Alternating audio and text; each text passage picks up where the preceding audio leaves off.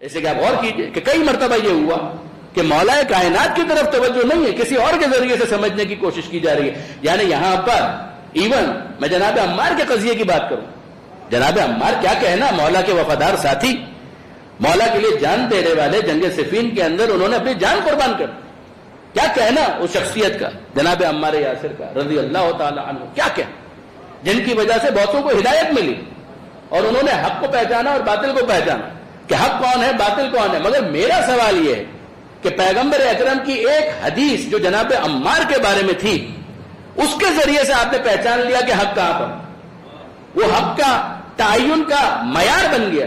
پیغمبر اکرم نے کیا فرمایا تھا کہ یا عمار تقتلک الفئۃ الباغیہ، اے عمار تجھے ایک باغی گروہ قتل کرے گا، تجھے ایک باغی گروہ قتل کرے گا. یعنی بہت سے افراد اگر آپ کتابوں کے اندر دیکھیں، اگر آپ بیانات کے ذریعے سے سنیں تو آپ کو اندازہ ہوگا کتنے ہی افراد نے کہا کہ یہ حدیث بتاتی ہے کہ حق علی کے ساتھ. یعنی مجھے عمار کی مظلومیت پر کوئی کلام نہیں ہے، مجھے عمار کے صحیح العقیدہ ہونے پر کوئی کلام نہیں، مجھے عمار کے بلندی درجات پر کوئی شبہ نہیں ہے، مگر میں اسے مولا کی مظلومیت سمجھتا ہوں کہ علی کے حق پر ہونے کا فیصلہ عمار کے ذریعے سے کیا جائے. یعنی انسان سے کوئی مجھے بتائے کہ عمار کے بارے میں پیغمبر نے یہ کہا، یہ تو تم کو معلوم ہے، مگر علی کے بارے میں پیغمبر نے کیا کہا وہ تم کو معلوم نہیں ہے. کہ پیغمبر علی کے بارے میں کہہ رہے ہیں الحق مع علی وعلی مع الحق،